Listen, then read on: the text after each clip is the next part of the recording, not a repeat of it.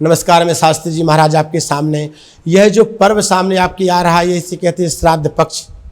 और श्राद्ध पक्ष आपका प्रारंभ कब हो रहा है मैं आपको बता दूं कि 20 तारीख को पूर्णमासी आपकी प्रातः काल 5:30 से प्रारंभ होगी और 21 तारीख को 5:26 पे पूर्ण होगी। तो आपकी सर्वे शाम जो तिथि सुबह उदया तिथि से पहले आती है और अगले उदया तिथि से पहले चले उसे कहते हैं सर्वे शाम।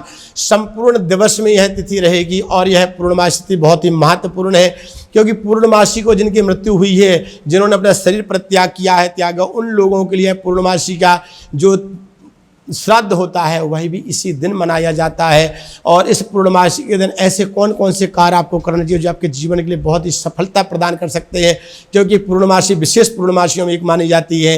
तो इस पूर्णमासी के दिन आप अन्न का दान में से चावल का दान, दूध का दान, आटे का दान, ऐसे कई प्रकार के दान आप करें, इसकी वजह से बहुत महत्वपूर्णता प्राप्त होती है। और यदि आप ये सब उपाय करते तो आपके घर में शुक्र और चंद्रमा, आपकी कुंडली में शुक्र और चंद्रमा की कृपा होती है। और शुक्र जहाँ पे प्रसन्न होता है वहाँ पे धन धान्य की वृद्धि होती है। जहाँ चंद्रमा प्रसन्न होता है वहाँ पर स्वरूप, रूप, रंग की, बौद्धिक क्षमता की भी पार वृद्धि होती है, क्योंकि चंद्रमा और शुक्र दोनों ही सुंदरता के कारक ग्रह माने गए हैं। और निशा कारक चंद्रमा माना जाता है और निशा कारक भी शुक्र माना जाता है, क्योंकि दैत्यों के जो गुरु थे वो शुक्राचार्य थे। वो रात्रि में तपस्या करते थे, क्योंकि देवताओं का जो दिन होता है और दैत्यों की रात्रि होती है। उसी तरह चंद्रमा है, चंद्रमा भी हमारे निशा कारक है। निशा मतलब होती है रात्रि, वह रात्रि के कारक। यदि अब रात्रि को पूर्णमासी के एक विशेष अचूक उपाय करते हैं जिससे आपके जीवन में बहुत बड़ी वृद्धि हो सकती है, तो वही आप कर सकते हैं कि एक लोटे में आप दूध लें, जल लें और उसमें दूध और जल मिला करके चीनी घोल करके मिश्रण करके यदि आप चंद्रमा को वर्घ देते हैं तो समझिए कि आपके जीवन में चंद्रमा से जुड़ी हुई बाधाओं की मुक्ति प्राप्त होगी।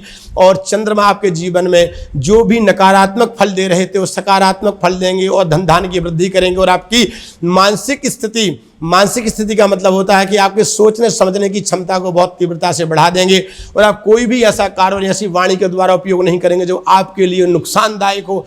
क्योंकि चंद्रमा जब कुंडली में खराब होता है तो आदमी मानसिक तनाव से ग्रसित होता है और कभी कभी ऐसे शब्दों का प्रयोग कर देता है जो शब्द उसके लिए ठीक नहीं होते हैं। और जो बालक घर में है जिनकी सोचने समझने की बौद्धिक क्षमता कमजोर है उनके लिए अचूक उपाय है, उनकी माता बहन या स्वतः वो लोग भी इस उपाय को अवश्य करें, क्योंकि यह उपाय साल में एक बार आती है। पूर्णमासी जो पितृपक्ष की पूर्णमासी मानी जाती है उस दिन से श्राद्ध पक्ष शुरू हो जाते हैं। और शास्त्र की मतानुसार शास्त्र का वर्णन है कि ये श्राद्ध पक्ष में सभी प्रेत आत्मा जो मृत्यु लोक में भ्रमण कर रही हैं उन सबको मृत्यु लोक में भेजा जाता है। और खाने पीने के लिए उन सभी को श्राद्ध पक्ष में हम भोजन देते हैं जिससे उनको मोक्ष की प्राप्ति होती है। ब्राह्मण भोज कराते हैं, गाय को भोज कराते हैं, कौवे को भोज कराते हैं, कुत्ते को भोज कराते हैं, अग्नि को कराते हैं, क्योंकि इन सब को भोज कराने से शास्त्र मतानुसार हमारे पूर्वजों को मुक्ति प्राप्त होती है और वह बैकुंठवासी बनते हैं। बैकुंठ धाम में उनका मोक्ष प्राप्त होता है।